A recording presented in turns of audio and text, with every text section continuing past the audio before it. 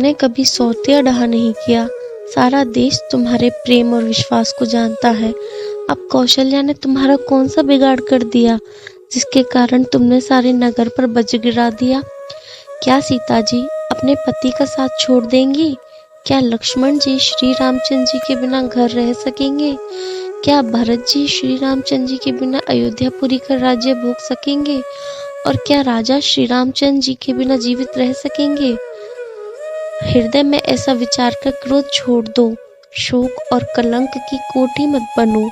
भरत को अवश्य युवराज पद दो, पर श्री रामचंद्र जी का वन में क्या काम है? श्री रामचंद्र जी राज्य के भूखे नहीं हैं। वे धर्म की धुरी को धारण करने वाले और विषय रस से रूखे हैं।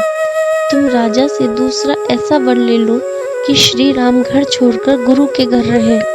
जो तुम हमारे कहने पर ना चलोगी तो तुम्हारे हाथ कुछ भी ना लगेगा। यदि तुमने कुछ हंसी की हो तो उसे प्रकट में कहकर जना दो। राम सरी का पुत्र क्या वन के योग्य है? यह सुनकर लोग तुम्हें क्या कहेंगे?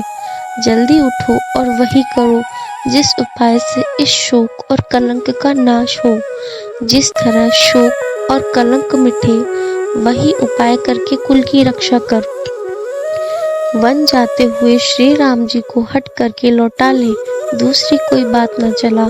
तुलसीदास जी कहते हैं, जैसे सूर्य के बिना दिन, प्राण के बिना शरीर और चंद्रमा के बिना रात, वैसे ही श्री रामचंद्र जी के बिना अयोध्या हो जाएगी। हे भामिनी, तू हृदय में इस बात को समझ तो सही।